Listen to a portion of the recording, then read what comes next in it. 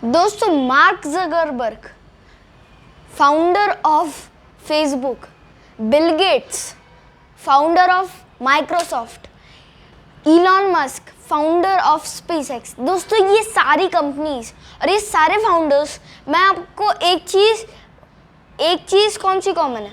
आप सोच रहे होंगे कि उनमें वो अमीर है, एक चीज़ कॉमन होगी, पर दोस्तों कॉमन ये है कि उन्होंने जो एजुकेशन ट्रैप है ना अभी का, उसको जो है उन्होंने जो है टारगेट कर, एजुकेशन ट्रैप में वो नहीं फंसे, वो अलग ही अपना करा और अभी इतने बड़े जो है वो बन गए।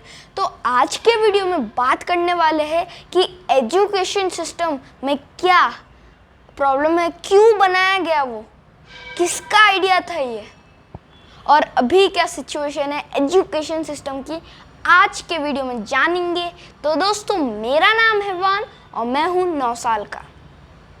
तो अभी जो है जो एजुकेशन सिस्टम है उसके हिसाब से जो भी अलग अलग चीज़ें हैं, मतलब जैसे कि अगर पहले के टाइम पे अगर आप जाओ, राजा महाराजों के टाइम पे जाओ, तो जब के टाइम पे जो है लोगों के पास अपनी खुद की स्किल होती थी।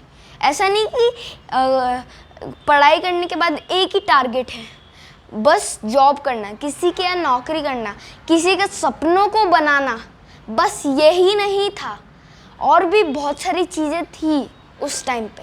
पर अभी दोस्तों ये दुनिया बदल चुकी है।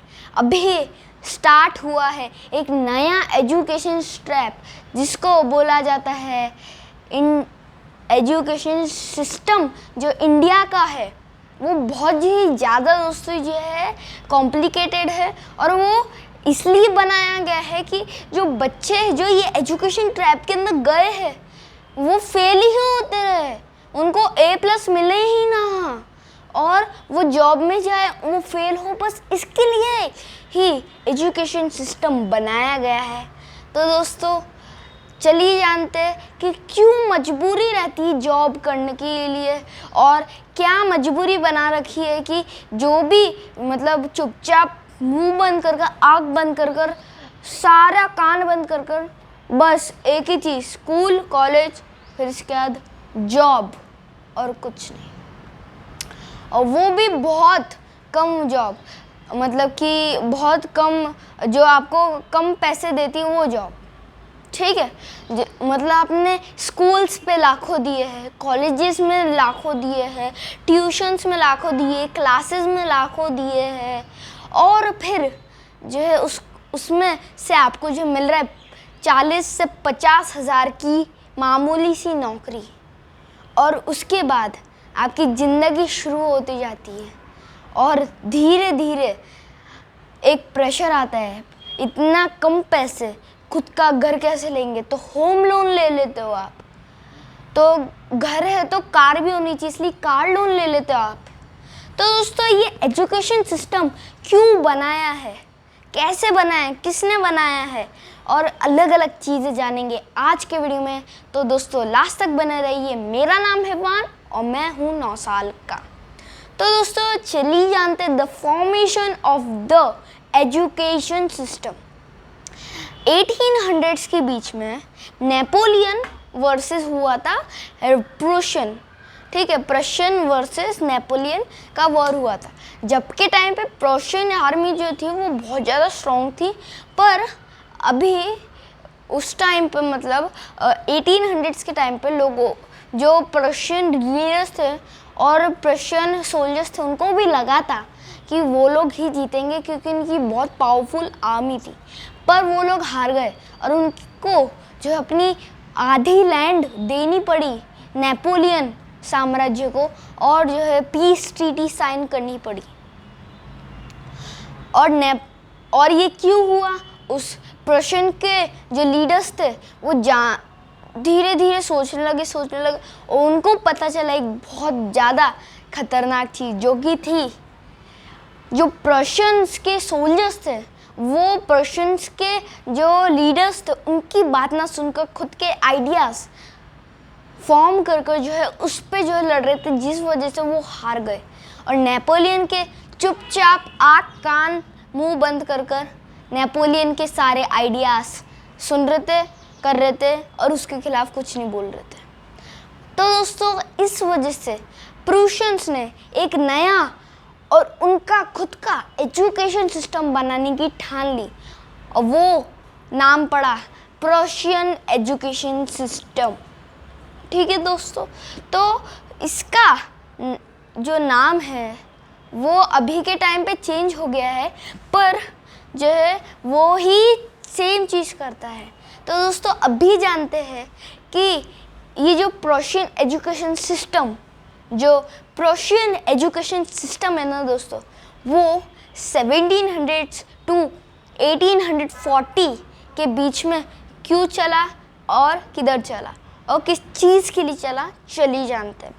तो दोस्तों 1740 से लेकर 1840 से, तो दोस्तों जब के टाइम पे 1740 से पहले जो एग्रीकल्चर ज़्यादा जो है मायने आता था और जो खुद के एक इंसान खुद क्राफ्ट बनाता था उससे जो होता था। पर अभी जो मशीनरीज बढ़ रही थी, उस टाइम पर मशीनरीज बढ़ रही थी, इस वजह से पर मतलब अच्छी तरह लेबर फोर्स नहीं थी। ठीक है, मशीनरीज बढ़ रही थी पर अच्छी तरह लेबर फोर्स नहीं थी, ज़्यादा लेबर फोर्स नहीं थी, क्योंकि ज़्यादातर लोग अपने खुद का एग्रीकल्चर बिजनेस संभाल रहे थे और कुछ लोग जो है क्या कर रहे थे, कुछ लोग जो है दोस्तों अपने खुद के क्राफ्ट बना रहे थे, खुद का दिमाग लगा के खुद का बिजनेस बना रहे थे। तो उसके जब के टाइम पे जो है जो भी बड़े बड़े लोग थे, कंट्रीज थी, जो भी कॉन्टिनेंट्स थे, उन्होंने देखा प्रूशियन एजुकेशन सिस्टम।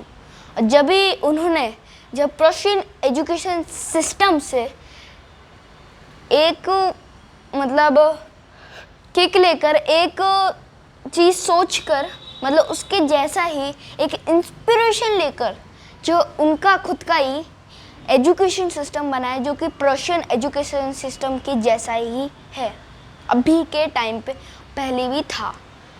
तो दोस्तों जब के टाइम पे क्यों यूज़ करा जाता था प्रूशियन एजुकेशन सिस्टम का, चलिए जानते हैं।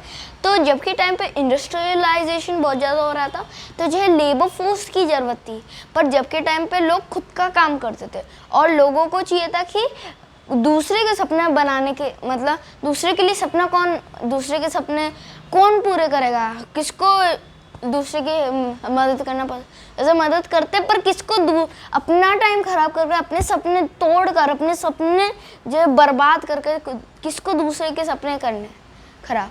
तो इससे अच्छा है कि किसी उसके जिसको सपने बनवाने हैं किसी के, उसके ही सपने काट दो। तो वो कैसे करा उन्होंने, वो करा ब्रेन वॉश से। तो दोस्तों उन्होंने एजुकेशन सिस्टम में ऐसी चीज़ें डाल दी जिससे कि एक सेट हो जाए दिमाग में कि आपको स्कूल, कॉलेज, ट्यूशन, क्लासेस, इसके बाद बस एक चीज़ और कुछ नहीं सोचना, कुछ नहीं करना, कुछ नहीं बोलना आपको, बस जॉब, बस यही चीज़ करनी है आपको। और अभी जानते हैं कि ब्रिटिश ने ये ट्रैप कैसे यूज़ करा। तो दोस्तों ब्रिटिश ने जो ये ट्रैप ऐसे यूज़ करा कि उनके पास सोल्जर्स नहीं थे, तो उन्होंने इंडिया के अंदर इंट्रोड्यूस करा foreign education system, means Prussian education system. तो दोस्तों उसका मतलब क्या हुआ कि उनको जो इंडियन सोल्जर्स चाहिए थे, जो कि बहुत ज़्यादा, मतलब वर्ल्ड वॉर 2 और वर्ल्ड वॉर 1 के टाइम बहुत ज़्यादा सोल्जर्स जो उनके बहुत ज़्यादा सोल्जर्स ब्रिटेन के मर चुके थे, उनको चाहिए थे नए सोल्जर्स और एक पक्का दमदार सोल्जर्स जो कि थे इंडियन सोल्जर्स। तो उन्होंने क्या करा, फिर जो नई पीढ़ी थी उनका ब्रेन वॉश करना चालू कर दिया कि हम जो है आपको अच्छी तरह सिखा रहे हैं और जो मतलब आपकी जो मतलब आपको वही करना है, आपको बस एक ही मुकाम है आपका, एक ही मुकाम है आपका, आपको एक ही चीज़ करनी है, वो है ब्रिटिश की यार नौकरी एज ए सर्वेंट। ठीक है, क्या एज अ सर्वेंट। ओके, तो दोस्तों अभी चलिए जानते हैं द तीसरा चैप्टर, द अननोटिस्ड ट्रैप। तो दोस्तों आप सोच रहे होंगे कि अरे यार ये तो कब की बात कर रहा है भाई, तो 1740 1840 की, अभी तो बहुत अच्छी चीज़ हो गई है, आज़ादी से कितने साल हो गए। पर दोस्तों अगर आप ये सोच रहे तो आप थोड़े मिनट्स बाद खुद पे हंसेंगे। क्यों, चलिए जानते। दोस्तों आपके बर्थ के बाद आपके जो पेरेंट्स हैं वो एक ही ड्रीम सोचते हैं कि मैं मेरे बच्चे को एक बड़ी शानदार रिस्पेक्टेड कॉलेज या फिर स्कूल में भेजूंगा। फिर उसके जब बड़े होते, जब आप बोलने लगते, जब जो है आपके पेरेंट्स जब आपको अच्छे कॉलेज, बड़े कॉलेज और बड़े स्कूल में भेजने लगते, जब उनको लगता है कि हमारे जो भी गोल्स थे वो पूरे हो गए बच्चे को लेकर, हमारे बच्चे जो है अच्छे हैंड्स में हैं। पर दोस्तों वो अलग ही सोचते हैं, क्योंकि जो बच्चे हैं वो उनके दिमाग में जो स्कूल्स कॉलेजेस रहते हैं बस एक ही चीज़ रखते हैं दिमाग में कि जॉब जॉब एंड जॉब। ठीक है दोस्तों, तो यही चीज़ जो है बहुत ज़्यादा जो है बताई जाती है। और जो है मतलब कुछ चीज़ अच्छी तरह, मतलब अगर मैं आपको बताऊँ, मैं स्कूल नहीं जाता हूँ, इस वजह से ये वीडियो इसलिए बनाया है मैंने, मैं स्कूल नहीं जाता हूँ, ठीक है ना। तो अभी क्यों नहीं जाता, इसमें सारे रीजंस बताए हुए मैंने, ठीक है, सारे रीजंस इनडायरेक्टली बताए हुए मेरे से लेकर, ठीक है। तो दोस्तों ये है अभी ये हो गया। फिर उसके जो है स्कूल जो है आपको मतलब एक ही चीज़ करूँगा, मतलब एक ही चीज़ करनी है आपको कि job job job job job. और मतलब वो जो आपका एक नया मतलब जो वो क्या करती है कि जो भी मतलब आपके पेरेंट्स ने आपको स्कूल ज्वाइन करवाया, ठीक है, फिर उसके बाद आपके जो टेस्ट अलग अलग 3 टाइप्स के शायद से रहते हैं, मेरे को एग्जैक्टली नहीं मालूम, 3 टाइप्स के एग्ज़ाम रहते हैं उनके। टेस्ट एग्ज़ाम रहता है, फाइनल एग्ज़ाम रहता है और एग्ज़ाम के पहले ही एग्ज़ाम रहता है और एग्ज़ाम के बाद एग्ज़ाम रहता है, कुछ तो ऐसा रहता है, 3 एग्ज़ाम्स रहते हैं, ठीक है।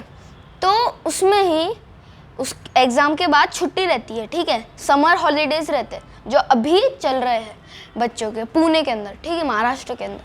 तो जो समर हॉलीडेज़ रहते हैं उसके अंदर आप पेरेंट्स को लगता होगा अरे यार समर मतलब जब स्कूल ज्वाइन करवाते हैं, अरे यार ये समर हॉलीडेज़ में देखो ना बच्चों को छुट्टी मिल रही है इतने दिनों तक, क्रिकेट खेलने मिल रहा है, ये खेलने मिल रहा है।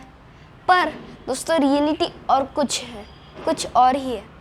आपको बस 2 घंटे मिलेगा खेलने को, बाकी आपको जो है सिलेबस देते वो लोग, और जब तक आपकी छुट्टी ख़त्म हो जाती है, जब तक आपका सिलेबस ख़राब होता है और आपको जो छुट्टी भी नहीं मिलती, बस 2 घंटा मिलता है क्रिकेट खेलने का। मेरे दोस्त भी ऐसी ट्रैप में जो फंसे हुए हैं, पर दोस्तों मैं जो है ये ट्रैप से बच गया।